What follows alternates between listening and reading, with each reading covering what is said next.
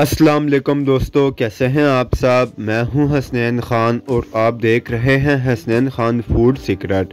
आज मैं आपसे बहुत ही स्पेशल पकोड़ा मिक्स की रेसिपी शेयर कर रहा हूं, जिसको बनाने के बाद आप पूरा रमज़ान सुकून से गुजारने वाले हैं। इससे पहले जल्दी से मेरा चैनल सब्सक्राइब कर दें और लाइक और कमेंट करना मत भूलिएगा। तो स्टार्ट करते हैं बिस्मिल्लाहिर्रहमानिर्रहीम। यहाँ पर मैंने तमाम चीज़ें ले ली हैं जिनसे हम मिक्स मसाला बनाएंगे। सबसे पहले हमारे पास है साबुत धनिया। 200 ग्राम मैंने साबुत धनिया लिया है। इसे अच्छी तरह साफ कर लेना है ताकि इसमें कोई तिनका ना रहे। फिर है हमारे पास कुटी लाल मिर्च, ये भी मैंने 200 ग्राम ली है। आप सुर्ख मिर्च पाउडर भी इस्तेमाल कर सकते हैं, लेकिन इससे पकोड़ों का टेस्ट और भी अच्छा आएगा। इसके बाद हमारे पास 100 ग्राम ज़ीरा है, इसे भी साफ कर लेना है। 1 खाने का चम्मच मैंने अजवाइन ली है, ये आप पकोड़ों में लाजमी इस्तेमाल करें, इससे पेट का दर्द, बदहज़मी वगैरह नहीं होगी।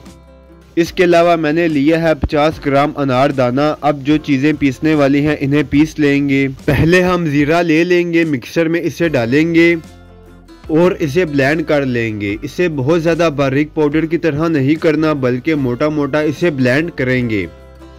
ब्लेंड करने के बाद इसे खुले बर्तन में डालेंगे। इसके बाद धनिया को भी मिक्सर में ब्लेंड करेंगे। इसे भी हमने मोटा मोटा करके ब्लेंड करना है और जीरे के साथ इसे भी निकाल लेंगे। अब अनारदाना को पीस लेंगे। अक्सर अनारदाना अच्छे से बारीक नहीं होता या वो आपस में चिपक जाता है, तो इसका आसान सा तरीका बताऊंगा।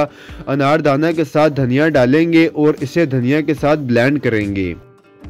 और ये देखें, धनिया के साथ अनारदाना अच्छे से बारीक हो गया है और आपस में चिपका भी नहीं है। अब इसमें कुटी लाल मिर्च डालेंगे।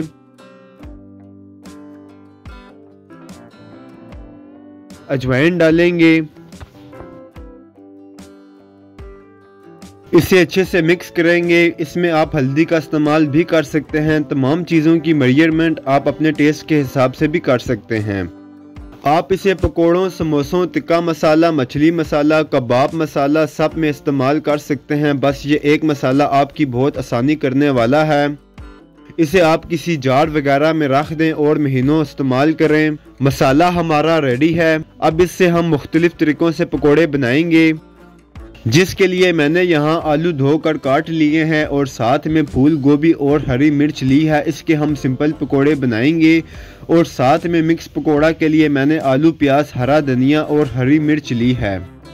अब बेसन का बैटर तैयार करेंगे, जिसके लिए 1 कप बेसन लेंगे। नमक हस्बे जायका डालेंगे। 2 खाने का चम्मच मिक्स पकोड़ा मसाला डालेंगे। 1 चुटकी इसमें येलो कलर डालेंगे, इससे बहुत अच्छा सा इसका कलर आएगा। पहले इन्हें आपस में मिक्स कर लेना है। फिर थोड़ा थोड़ा पानी डालना है और इसे मिक्स करते जाना है।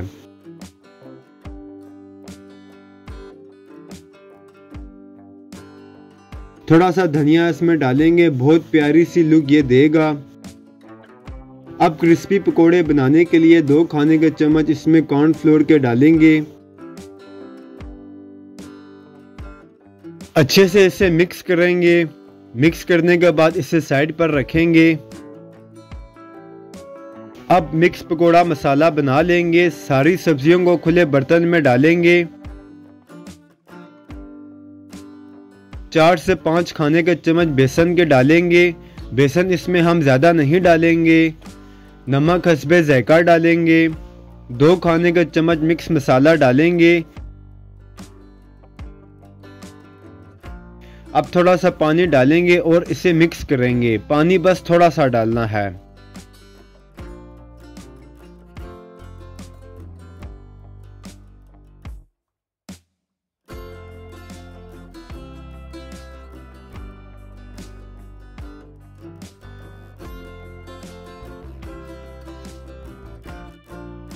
अब ऑयल को अच्छा सा गर्म कर लेना है। आलू को बेसन में डिप करेंगे, अच्छे से कोटिंग करेंगे और ऑयल में डालते जाएंगे।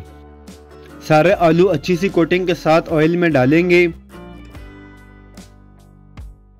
दोनों साइड से गोल्डन होने तक फ्राई करेंगे।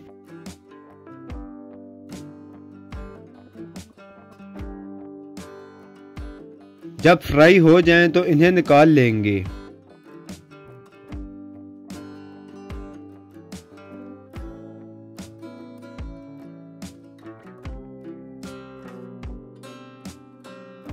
अब गोभी और हरी मिर्च को बेसन में कोटिंग करके डालेंगे।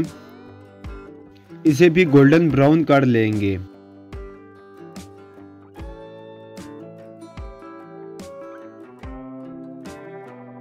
इन्हें भी निकाल लेना है।